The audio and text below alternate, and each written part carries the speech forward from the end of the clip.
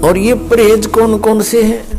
जैसे तम्बाकू, शराब और भाई ये और बकवाद, रिश्वतखोरी, लूटा खसोटी, मिलावट, तम्बाकू, मांस, ये शराब, ये प्रयोग नहीं करना चाहिए। ये तो वैसे भी एक सभ्य पुरुष का वैसे भी आहार नहीं है। ठीक है, हम कुसंगत घनी फैल गई अपने समाज में, मानव समाज में, और बच्चे देखम देखा फिर एक ये नकल बहुत जल्दी कर लेते हैं। बीड़ी पीता देखा बीड़ी पीने लग गए, सिगरेट पीता देखा नो टॉर्सी बना के आप भी सिर्फ पीवो बेसिक ना पर नो जरूर करने लग गए कुछ, फिर वो पीने लग गए। ऐसे ही शराब और मांस का एक दूसरे को देखकर हमने ये प्रचलन कर दिया, प्रचलन हो गया। पुण्यात्माओं, अब हम शुभ संस्कारी बनेंगे, शुभ अच्छे कर्म करेंगे, और हम जब अच्छे कर्म करेंगे तो हमें देख देख कर समाज भी हमें देखकर अच्छे कर्म शुरू करेगा। बच्चे सत्संग में आएंगे, यहाँ ज्ञान सुनेंगे, फिर आप जो यहाँ से तैयार करके भेजे जाते हो अपने अपने घर गांव नगर में, आपके व्यवहार विचारों को देखकर अड़ोस पड़ोस के बच्चों पर भी अच्छा असर पड़ेगा। तो एक समाज भी सुधरेगा और कल्याण भी होगा। और फिर दूसरी मर्यादा कौन सी है? आन उपासना नहीं करनी। आन उपासना कौन सी है? जो दास बतावे वही करोगे। और दास के क्या बताएगा? जो हमारे सदग्रंथ बताते हैं। ये दास एक टीचर है, आप विद्यार्थी हैं, और इस आध्यात्मिक मार्ग का जो सिलेबस है वो हमारे सदग्रंथ हैं, पवित्र चारों वेद, पवित्र श्रीमद् भगवत गीता और पवित्र सूक्ष्म वेद।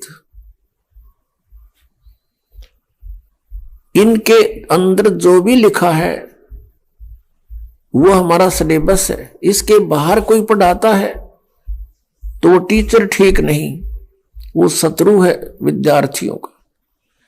और पवित्र 18 पुराण, पवित्र कुरान शरीफ, पवित्र बाइबल, पवित्र गुरु ग्रंथ साहिब, ये हमारे पाठ्यक्रम की पुस्तकें हैं। और इन पाठ्यक्रम की पुस्तकों में जो ज्ञान सीधा परमात्मा ने दिया है केवल वही स्वीकार्य है। और फिर जिनको परमात्मा आकर प्राप्त हुए अपने विधान अनुसार, उन नेक आत्माओं को, और उन्होंने जो परमात्मा परमेश्वर को देखा सचखंड में, सतलोक में, और फिर सब स्थिति से वो परिचित हुए, उन्होंने फिर जो ज्ञान अपनी अमृतवाणी में लिखा है वो ज्ञान हमें मान्य है। उसके साथ साथ जैसे 18 पुराण ये सहयोगी ज्ञान है सृष्टि रचना को समझने के लिए। बाकी 18 पुराणों का इस भक्ति मार्ग में कोई योगदान नहीं है। भक्ति मार्ग में योगदान है पवित्र गीता जी, पवित्र 5 वेद, 4 वेद तो आपके सामने है, वेल नोन है, और 5वां जो सच्चिदानंद ब्रह्म की वाणी उन्होंने खुद अपने मुख से आकर बोला है और यहां आकर रहे हैं, वो वाणी ये है हमारे भक्ति के मार्ग के सदग्रंथ। इसके अतिरिक्त जैसे पुराण है, कुरान है, और जैसे कुरान शरीफ में जो ज्ञान दिया है ब्रह्म ने हजरत मोहम्मद जी को सीधा, वो ज्ञान बिल्कुल सही है। उसके अतिरिक्त किसी फरिश्ते ने प्रवेश करके बोला है तो फरिश्ते की आदेश हमें स्वीकार्य नहीं, केवल परमात्मा का जो ज्ञान है वही हमें स्वीकार्य है। जैसे पुराणों के अंदर ब्रह्मा जी ने अपना अनुभव, कुछ वेदों का ज्ञान मिक्स, और कुछ पूर्ण परमात्मा ने आके जो उसे डिस्कस की थी वो ज्ञान ले लिया थोड़ा सा, तो वो ज्ञान कंप्लीट ना स्वीकार किया कबीर परमेश्वर वाला। अपना अनुभव, वेदों को जैसा उसने समझा वो ज्ञान मिला करके वेद, ये पुराणों का ज्ञान सुना दिया।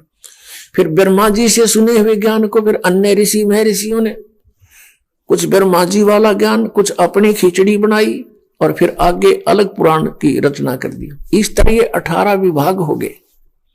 वैसे ये एक ही ज्ञान है, एक बोध कहलाता है। तो भक्ति मार्ग के अंदर साधना के लिए पवित्र वेद ही सफिशिएंट है, पवित्र गीता जी, और पवित्र 5वां वेद सुख संवेद, और वो पवित्र वाणी जो सदग्रंथ, जो महापुरुषों ने परमात्मा को जाना, परमात्मा का साक्षात्कार हुआ, सतलोक को देखा, उनका जो विधि उन्होंने अपनाई भक्ति की, वही हमने अपनानी पड़ेगी, और तभी हम इस भक्ति मार्ग में सफल होंगे।